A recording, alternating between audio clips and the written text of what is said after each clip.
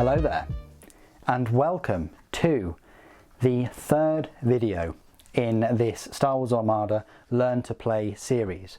I hope you're enjoying the series thus far and are able to follow it along. If you do have any questions, please do join the Discord server, where we do have a dedicated Star Wars Armada channel, where I'm happy to go over any of the questions you have, or just post them in the comments below, and either myself or other Star Wars Armada players are more than happy to. So this video is all about the additional rules. We had a taste of the game in the last video with the 4 different phases and their orders and their sub-phases, but this is where we get into the meat of the game, where I'll be looking at all of these rules in detail. So we'll start off with commands. Now, as I've said already, these are the command dials, these are the command tokens. We'll go through each one. So you've got the navigate command, which is this arrow here, and you've got a couple of tokens for this. In fact, I think you've got 3 tokens. Yeah, I think you've got three of each.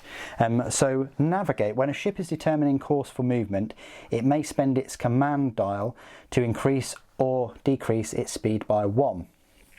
This is the main way a ship changes its speed. Also, it may adjust one joint by 1 click more than the speed chart normally allows. The minimum speed for all ships is 0, and the maximum speed is indicated on the speed chart. A ship with a navigate command token may spend the token when determining course for movement to increase or decrease its speed by 1. The squadron token, right here. After this icon is revealed on the command dial, the ship may spend its squadron command dial to activate a number of friendly squadrons up to its squadron value. It can only activate squadrons that are at close medium range of it. Each squadron activated in this way can attack and move in either order. The ship chooses and activates squadrons one at a time. A ship with a squadron command token may spend the token after revealing its command dial to activate one squadron following the rules above. So you can activate your squadrons that way. Repair these cogs. After this icon is revealed, the ship may spend its command dial to gain engineering points equal to its engineering value. So you've got the command, squadron and engineering there, so you can spend tokens up to the 3 there.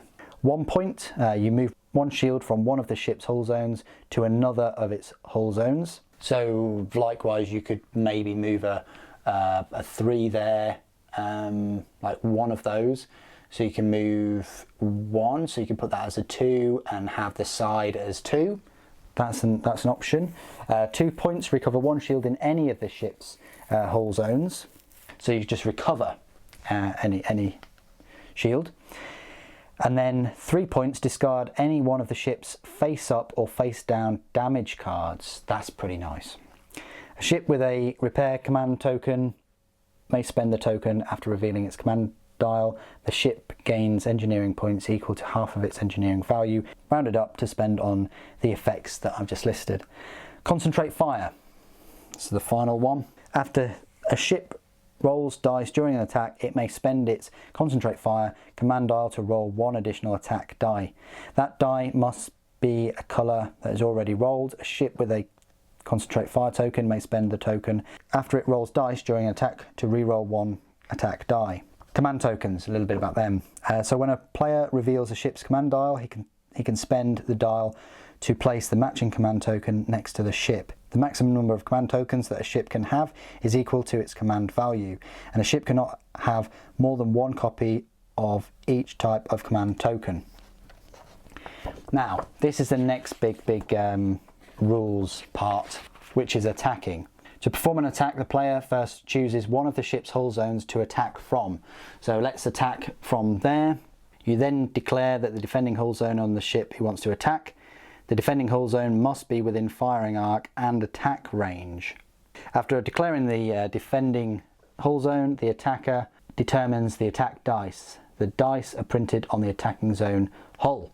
So they are the red dice there. You've got 3, and here they are. They look just like that. The attacker rolls his attack dice. Let's do range. Pew, pew, pew, pew, pew.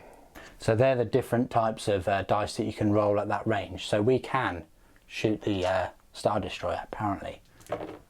Now, we've got a couple of the accuracy markers there, which means that we can choose 2 of the Defender's defense tokens not to be used, which would have allowed the Star Destroyer to negate damage. Now, you've got 3 different icons here on the dice. You've got critical, which I picked up on. You've got hit, and you've got accuracy. Now, I rolled a critical and 2 accuracy. So unfortunately, if the attack and defender are both ships, which they are, the defender suffers 1 damage and the first damage card is dealt face up. So I managed to cause some critical damage to that Star Destroyer. So the defender suffers 1 damage and the first damage card dealt is face up. Now, we'll talk about damage a little bit later on, but basically whenever a ship suffers damage, it suffers each point of damage separately. To suffer a point of damage, the player reduces the shields in his defending hull zone by 1 by rotating the shield next to the lowest number.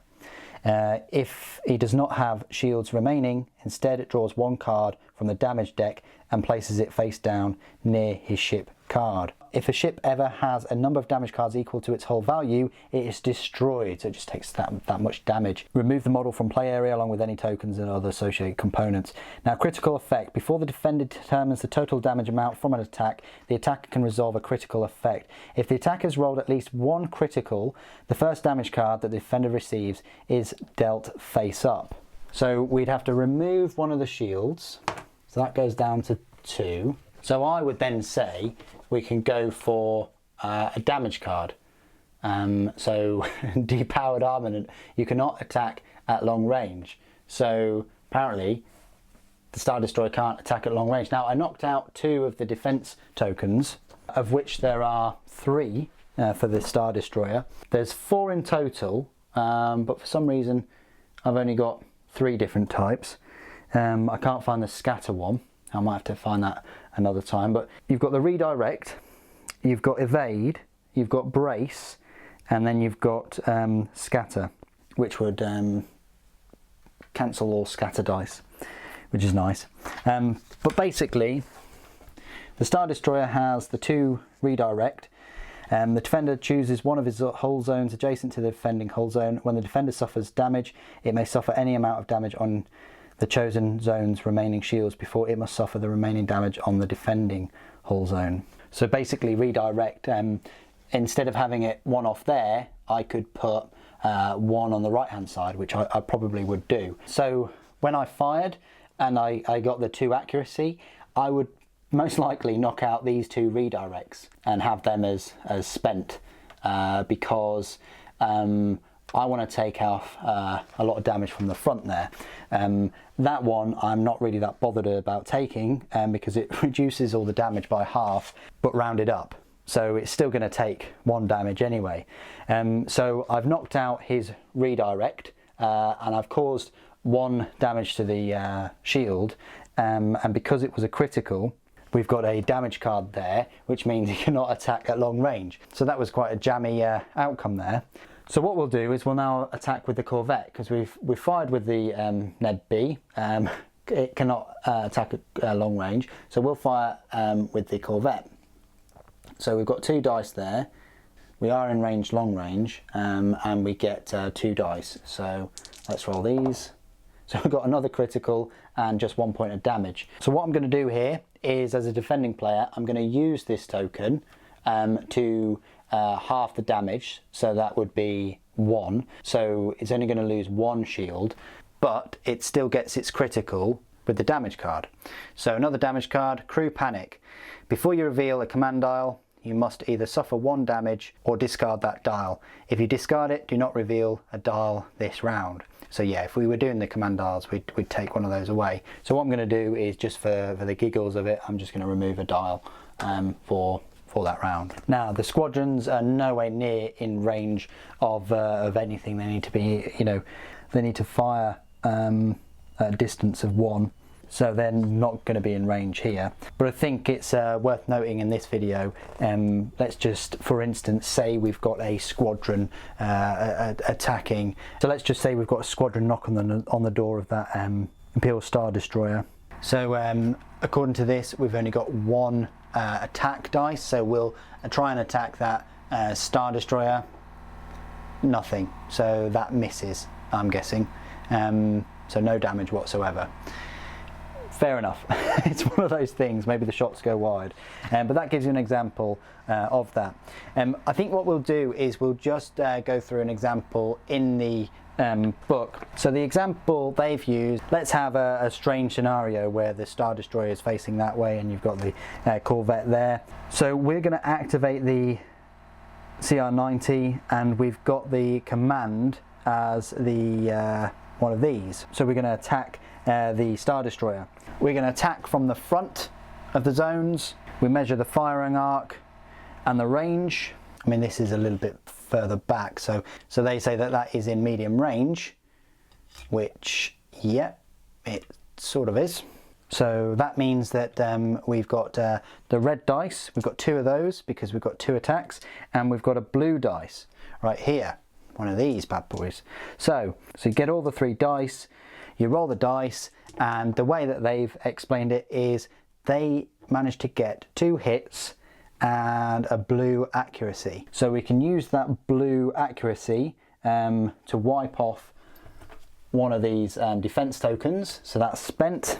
Then the Imperial player decides to spend the brace defense token, which was that one. So you use that one up. So then you wanted to use this command to roll an additional dice, which resulted in that.